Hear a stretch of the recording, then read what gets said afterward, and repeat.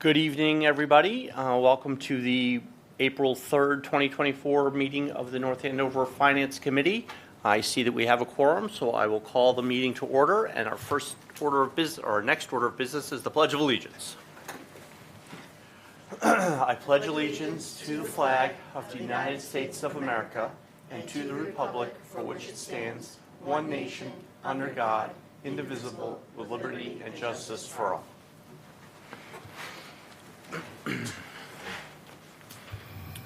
All right. Thank you, everybody. The next order of business is public comment, and I do not see anybody here for public comment. So if somebody does show up, maybe we can move that to later, but we'll move on to the crux of our meeting tonight, which is a discussion of the warrant financial articles with the town manager and finance director, who are both here, and we thank them for that. I will note, just for the public record, that we do have on our agenda to vote on the warrant finance articles, but we are going to move that to Monday, just to make sure we follow our rules, which is to not vote on new items on the meeting we get them. So with that said, I will give you the floor, Madam Town Manager and Madam Finance Director. Okay, so to make this easier, I just tried to put together a quick presentation that just runs through the financial articles, and a lot of them are things you've seen over and over again, and many of them will be eventually placed onto our consent calendar as we go towards town meeting. And those of you that don't know, our consent calendar is just housekeeping routine items that we take collectively.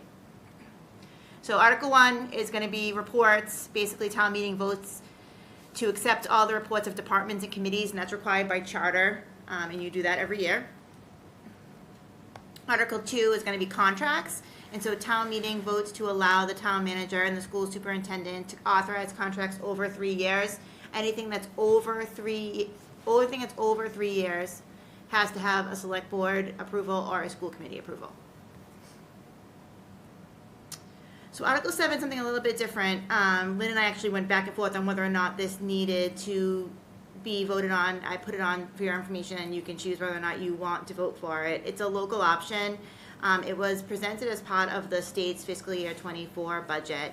Currently, town treasurers are only able to invest trust funds in very particular ways. So they can do it in a trust company, a cooperative bank, a national bank, a federal savings bank, and in some instances in securities. This local option allows the municipal treasurer to apply the prudent investor rule. That allows them to take a wider selection of investments and really optimize returns. When you adopt this local option, you then have to follow Massachusetts General Law, Chapter 203C, which basically mandates how you follow the prudent investor rule. So this would only affect our trust funds, and it's important to note that if a trust fund was granted with a specific way which it needs to be invested, it would not be affected by this You still need to article. follow rules, okay. Yeah. And can I ask a question? Is that okay? Sure. What's the rationale behind recommending this? So our treasurer has done a really good job of investing our non-trust funds and really starting to earn some substantial interest over the last couple of years. Okay. She'd be able to do that here as well. Okay, good. Thanks. So Article 8, we don't usually, and since I've been here, we have not had any prior year bills. This year, unfortunately, we do. We have 2. A prior year bill, in order for it to be paid without an encumbrance, has to be approved by a 4/5 vote of town meeting. So we have one which basically was a veteran's funeral, and the bill didn't come in time, and so that's a $5,000. And then we have a bill from the Department of Public Works for $26,021, and that's with an engineering firm, and it appears that that bill may have just gotten lost or perhaps didn't come forward. What it was basically is we had an oil spill on Foster Street, and the oil spill was on municipal property, but was done by a private actor. We hired a consultant to manage that cleanup. Mm-hmm. We've gone after their insurance company to get it paid, but in the meanwhile, we have to basically pay the bill. So, yeah. Okay. So that's kind of simple one. I know you already voted on the capital improvement plan, which is Yep. Article 9. We are going to be making a change to that article, so just wanted you to be aware of it. We are removing the $3.6 million from the capital stabilization account for the Kittredge design. So Donovan was there at the Kittredge School Building Committee meeting where I went kind of full circle on this, but the MSBA process is just so much slower that we don't need the transfer this year, and I'd rather leave it in the capital stabilization account where it's earning interest than move it into a capital account and have it just sit there without being able to earn interest. It seems silly. So that's coming out of the capital improvement plan. So you may want to revote that. Yep. Okay. Definitely, thanks. I know you're not seeing CPC until Well, we've seen it. you've seen it. Okay. They have, yep. And I noticed it was attached to your agenda for Monday Monday, night. it was, So yeah. you're planning on voting on that on Monday? Correct. Okay, so the only thing I wanted to talk about with you with that was the CPC debt service Yep. schedule. I don't know how much Bill told you, but we've advised them to go with the 10-year schedule. The Okay. 5-year schedule, to me, was just a little bit too risky. Yep. Basically, you're allowed to spend just the amount of your local contribution or your local surcharge annually on debt. But if we did it in the 5-year, it would take up almost 2/3 of that local contribution. So if for any reason that local contribution went down, or two, we wanted to buy something, Right. it really would be a hindrance. It'd be limited, yeah. Yeah, so doing it over 10 years, you're really, especially as it's going down, you're really only using half, a little less than half. So I think it's a much better process. Okay, can we just pause here for a sec? Because I know this, I unfortunately was traveling for business when Bill came in and explained this. So I just want to make sure that this is different this year for us. So I just want to make sure, in case anybody has any lingering questions or wants, since we have the finance director and the town manager here, I didn't know if anybody had any additional questions they wanted to ask on this. The bond makes a lot of sense for such a large Yeah. amount of money. It really does. Yeah. Yeah. Yeah. No, it totally does. I just wanted to make sure that everybody was clear and, okay, good. Sorry. So one thing I'll just point out that came up at CPC that I think maybe is just something that perhaps could come up in conversation if someone asked you about it, is what if we voted to leave CPA? Yeah. What if within the 10-year period we were like, had a vote to leave? So what happens in that instance is, one, they look at your reserves, and if you have enough reserves to pay off what you owe on the debt, you're out. That's it. You pay it, you leave. If you don't, then typically what happens is you stay in for the length of the bond, but you as a community can choose a lower surcharge just to pay that bond issuance. Ah, okay. So there are safeguards in place for a longer debt service. Okay. And just to be clear, to leave the CPC is not just a simple, oh, we're deciding we're leaving. That's a town meeting vote. Yes, of absolutely. A supermajority for that? I don't know the answer to that. I can look it up. I don't know. Okay. I would be very devastated to see us leave CPC. Yeah, I think we all would. I am with you on that one, yes. Yeah. Just, But I don't never know. Yeah, I mean, we went in through a majority, so I would assume we also go out through a majority. yeah, would make sense. Okay. But it would require a legislative body. Okay. I guess, can I do one question? So was that always the plan for this recreational complex to be paid with CPC money? Oh, yeah. So yes, I mean, there was an Well, original, good. actually, if you don't mind, I'm gonna just. It was always the plan? Yeah, well, Yeah. to A what portion was of it. eligible. Okay. Yeah. Yeah. So we do, this is Article 20, and I'll go back, but this shows the funding plan. So originally, yes, we budgeted $5.6 million from CPC Okay. and $1.9 million from non-CPC. Basically, you cannot do turf, and you cannot do anything related to turf, so like the drainage under the turf, et cetera, are all not CPC eligible. Okay. And then this is the additional funds that we need, but I'll come back to it, but just to show you. Okay. So Article 11 is just the salaries of elected officials, and so general law requires us to set those at town meeting. They haven't changed.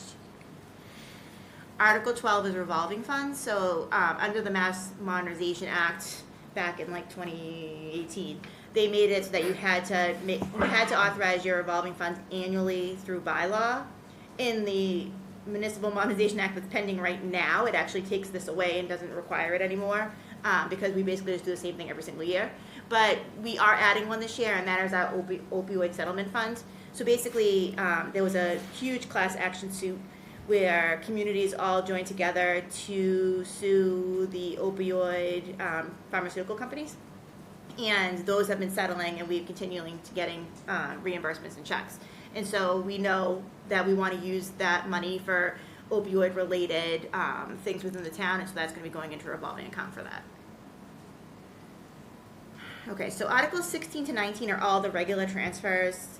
We have $220,000 that's going from the special ed stabilization account to the general fund budget. So we all talked about this Yep. when we did our financial policies, that we were going to use $220,000 to offset the new contract. Yep. So we have that.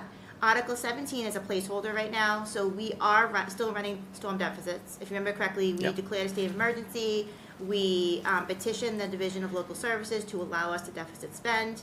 We currently are at around $1.6 million in deficit spending in things related to the storm. We've received about $725,000 in reimbursement from the state and $180,000 from insurance only. So between the two of those, we still have something to bridge. Lynn, who's amazing, is figuring out ways to do that within our budget, and we don't anticipate that we will need Article 17 for storm deficit reasons. Yep. But we're gonna leave it on because, I don't know, God forbid we do. Belt and So- suspenders. Yes, Yeah. so we'll let you know as town meeting gets closer, but we hope to withdraw it. Okay. So, Article 18 is our regular stabilization fund to transfer, so we do these every year, and it's just making it so we comply with our financial policies, which is to keep 5% of the last year's general fund in our stabilization account. And then Article 19 is the capital stabilization transfer, so we don't really have a amount in the financial policies that requires us to put We in. used to, it was a calculation, but Yeah. because of the projects we're doing now, we're trying to build that up to help reduce the debt that we have to Okay. borrow. Yes. For the larger projects. So right now, we have almost $8 million in that account, and we're continuing to add to it so that we will hopefully not have to burden taxpayers with any of the design of the projects and facilities master plan too. Okay. Okay, so Article 20 is the recplex, and so this gets into, and there is a larger presentation that Dee would be happy to come and give to you if you wanted to see it. Basically, when the recplex was originally proposed back in 2018, the budget was $9.2 million. Flash forward, how many years ago? 8 years later, and 6 years later, and we have budget changes. So unfortunately, due to the delay in construction and COVID prices, we are now at a project grand total of $18.3 million. So it's pretty much doubled. We did get these prices within about a month ago, I would say, so 2 months ago. So these are relatively good prices. You can see that we have on the left-hand side of the screen the CPA eligible items, on the right-hand side of the screen the non-CPA eligible items. My plan right now is to bid this project out with the amphitheater as an adult. So because it's almost $700,000. Yeah. If we went ahead and did that, which I think would be helpful, we could build it if we ended up having the funds available, but if not, it basically would just be a lot, and we would be able to build on it later and keep it as open space for the time being. That's something that I think could be a good grant application in the future. There's a lot of cultural grants for building projects, so it's not like we're shutting the door on it, but I think that as we're trying to kind of get this project moving, we're going to need to figure out some things. We will tell you that there was basically 3 lawsuits pending. One of them is still pending, and we are waiting on a decision. It's been about a year since the closing arguments. We are prepared at this point to move forward at risk. So we're ready to pull permits and go out to bid after town meeting. Okay. So this breaks down the budget basically. Originally, we had appropriated $5.6 million. We need an additional 5.9 from CPC. I had proposed it over 25 years. They wanted over 10. They wanted over 5. 5. We have met in the middle at 10. And then for the non-community preservation committee funding, we have 1.9 right now, which is a combination of basically free cash and booster funding. We need 4.8. We're using $1 million out of the operating fund, which is the debt holdover. So if you remember correctly, we have, I know you do, we've not been using Yeah. our debt as it falls off, and we've got this kind of cushion in the budget that we're saving, but we can use it because it's available. So we're going to use $1 million to offset that bond, and 3.8 million bonded over 25 years, which I'll show you in 1 minute. And that's not significant enough to create any waves with the planning you have moving forward, right? Doesn't, but because Kittredge is a little bit further out than we thought it was going to be, my plan right now is to continue to use debt holdover and pay that bond in a shorter period. Shorter period, yeah. Because it doesn't really make sense to me to leave it hanging out. Yeah, yeah. Especially for such a small amount. But, you know, it does make sense for us to bond it over a longer period of time because we don't want that large payment up front. Yep. So, this is basically the non-CPC debt payment, and it ends up being about 5.7 million over the 25-year period. The way that we usually take debt here is that we have a higher payment in the beginning and a lower payment at the end, which actually works great here because Facilities Master Plan 2 is a 17-year plan, and so we'll be able to kind of fill things in as this falls off. I will tell you, this is no increased taxes at all. That's my next question. Because we're using that debt capacity that we already have, so Okay. we don't need to be concerned about that. If we did calculate it, just because I like that information, it would be about $536 for the average single-family home over the 25-year period. Okay. So when you do the math, it's like, you know. Yeah, Yeah. So, but because we're doing it the way we're doing it, there will be no impact. terrific.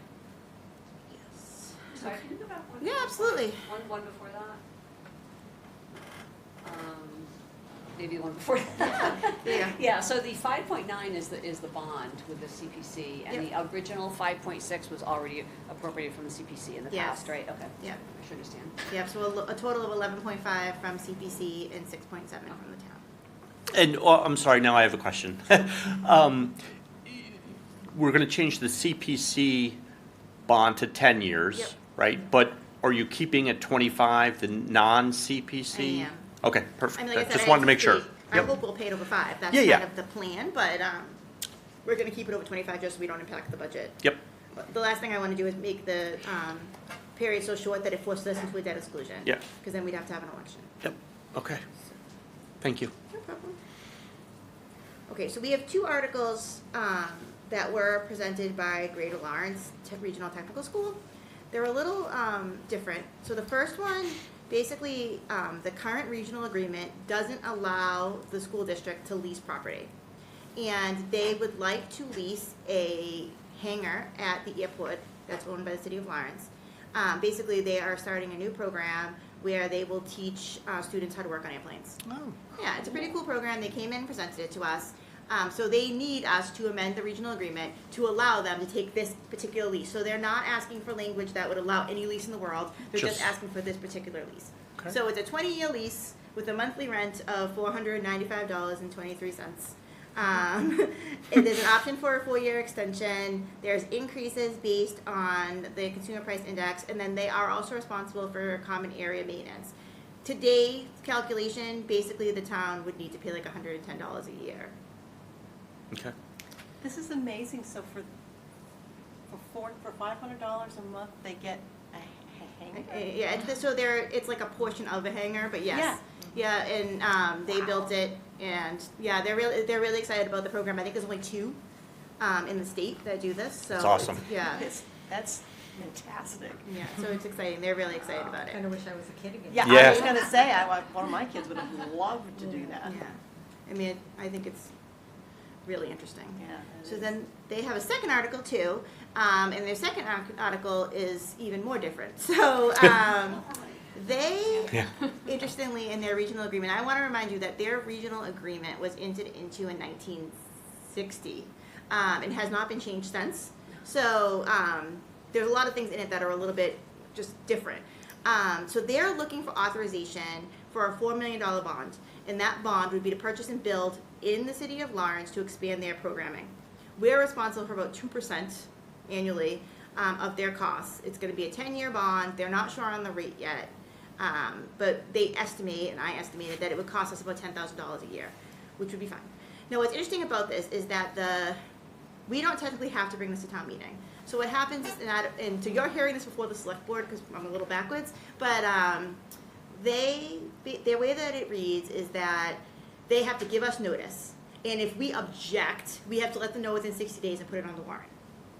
They preemptively put it on the warrant so that we wouldn't have like a timing issue, But Andover has already decided to withdraw it from their warrant and just let the bond go forward. Okay. So I don't know what the select board will do on Monday. They may decide just to leave it on because it's on now. They may withdraw it because it really doesn't require any action. It wouldn't be a 2/3 vote, it would be a majority vote. Again, if we did nothing, it just would mean it would go forward. Okay. So, kind of interesting. What towns need to do that? Just us, Andover? It's us, Andover, and Lawrence. And then I think it's us, Andover, and Lawrence. I want to say Drake it. Okay. Not ready. That's fine. Like I said, I know Andover. I guess I'm just curious if one town votes no. One town no, it's out. They That's can't move that's forward. where I was. Okay. Thanks. Yes. If one town votes no, they can't move forward. So it's Methuen. I'm sorry. I knew Methuen. there was another one. Lawrence, Methuen, Andover, and North Andover. Okay. Okay. Thanks. So, and then the only other thing I think is helpful as you're kind of moving forward is that after we're done with everything we're doing at town meeting, we are going to be carrying a balance forward of 3.9 million in free cash. That's less than last year. Last year we ended town meeting with about 5 million. In 2020 we ended with about this amount. I'm not concerned about moving forward with this amount. Most communities don't carry this much free Yeah. cash forward every year. We had, and we've talked about this, that we've kind of been doing that because we've almost been using it as a savings account. We had like a whole bunch of weird things happen where Yeah. we got the Amazon permit fee twice, and then we got the money from Columbia Gas basically was released into free cash, and so we kind of had this like buffer. We're still carrying a buffer, but we usually create between $5 and $8 million a year anyway in new free cash. So I'm sure you remember at the June 30th, free cash goes away. Right. And then it gets recertified, usually sometimes around August or September. And then we'll have new free cash to spend next year. Okay. All right. Anybody have any additional questions? No, that was pretty straightforward, clear, and we appreciate it. I think we're good. I think you both are very good. Thank you. So, we'll be at select board on Monday night, but if you need us to clarify anything, just reach Okay. out. Okay. We will. We should just have a joint meeting. Yeah. All right. Thank you. Have a good night. Hey, drive safely. You too. Yeah. Sounds bad out there. Yes. Yeah, it might get a little icy. We're hoping for snow and We, ice. that we don't need to we stop still have doing it. we still have salt, right? We have plenty of snow. Check this fall, I checked it. All right. Thank you. All right, everybody. So with that, the next item on our agenda was to vote on the finance articles, but I think as I sort of hinted at or hinted around at the beginning of this meeting, we're going to hold off on that. It is in our policies and procedures that new items are supposed to be voted on at the following meeting. Technically, these are new items. We've seen the budget. We've talked about all of these things, as Melissa pointed out, but as they are now the motions to recommend or not recommend them at town meeting, they are now new things. So I would like to, without objection, abide by that and vote these on Monday. We'll have no problem voting on the CPC ones because it is the same as they already came before us. So with no objections, we'll waive item number 5. Is that good? Yes? Everybody's shaking their head. I like that. Discussion on the warrant article is only here just to remind you that we have 8 days until we have to get it to Lori Burslaff. So, So less than that to get it to me, though. right. So what did we say? The 10th? The 10th, I think we said, everybody get it. And we all know, anybody who was there last meeting knows that Keith's already done with his. We took, he took great joy in telling us, and we took great joy in hearing. No, somebody else did, right? No, that was Yes, me. that is true. That is true, you're right. I may or may not have paid them to say it. Nonetheless, it's on the record. There you go, that's all that counts. All that counts. All right, good. All right, so now we have an approval of minutes from March 11th, which was in your packet. Was that the one that had to be amended? Yes, yes, thank you. That's a good reminder. So that did have to be amended. I there it talked is. to Jillian. It was amended to everything we discussed at the meeting on March 20th. I think that's the one, right? Okay, yep. Yeah. So if I have a motion, I'd be happy to hear it. Do you have to do them separately? No, we could do them the same if you want. Yeah, I think that might be a problem though, because if we do them together, just- people who weren't at the meeting can't vote on them. Okay. I make a motion to approve the amended minutes of March 11, 2024. Do we have a second? Second. Second. All those in favor? Any opposed? All right, the ayes have it. And now, do we have a motion for the March 20th? I make a motion to approve the meeting minutes of March 20, 2024. Thank you, Chris. Any seconds? Second by Dustin. Any opposed or any? All those in favor, say aye. Aye. Any opposed? All right, the ayes have it. And then that's it. Both sets of minutes are approved, and now we just need an adjournment. Dustin, thank you. Motion to adjourn. Do we have a second? Second. Second by Keith. All those in favor? Aye. Any opposed? We are adjourned. All right, team.